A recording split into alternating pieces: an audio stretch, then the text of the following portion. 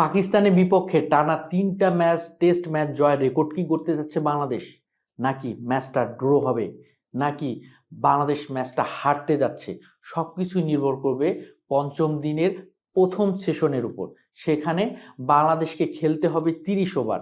যদিও তৃতীয় এবং চতুর্থ দিনের বৃষ্টি হানা দিয়েছিল, সেখানে প্রবাবলি হচ্ছে বাংলাদেশ আর্লি মর্নিং শুরু হবে পঞ্চম দিনের খেলা।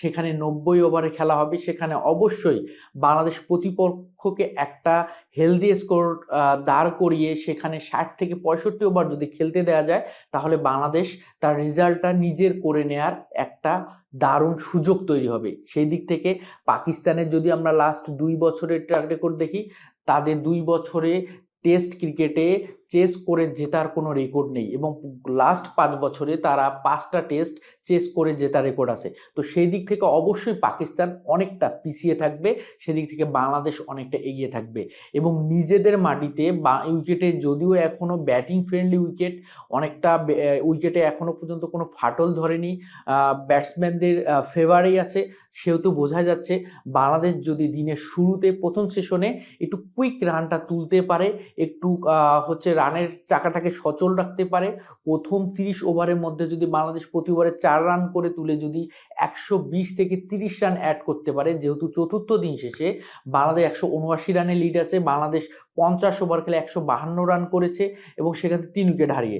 যদিও প্রথম ইনিংসের মতো বাংলাদেশের টপ অর্ডার ২ জন ব্যাটসম্যানে কোনো ভালো কিছু করতে পারেনি। ১৫ রানে প্রথম উইকেটের পতন, ২৩ রানে দ্বিতীয় উইকেটের পতন, তারপরে থার্ড উইকেট পার্টনারশিপ আবারও সেই নাজমুল হোসেন শান্ত এবং মমিনুল হকের থার্ড উইকেট পার্টনারশিপ ১০৫ রানের ১৯৫ ২০ বলে ৫৬ রান করে শাহিন শাহ আফ্রিদির বলে আউট হয়েছেন মমিনুল। উইকেটে এখনও নাজমুল হোসেন শান্ত স্টিল ৫৮ রানে অপরাজিত।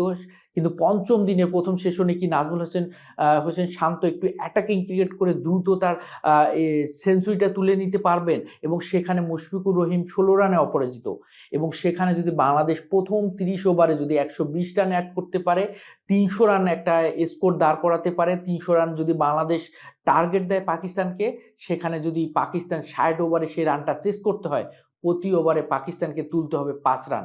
সেই রানটা কিন্তু অনেক ভালো একটা সুযোগ তৈরি করবে বাংলাদেশের এবং বাংলাদেশ ফোর্থ ইনিংসে বাংলাদেশের স্পিনাররা দারুণ ইফেক্টিভ হয়।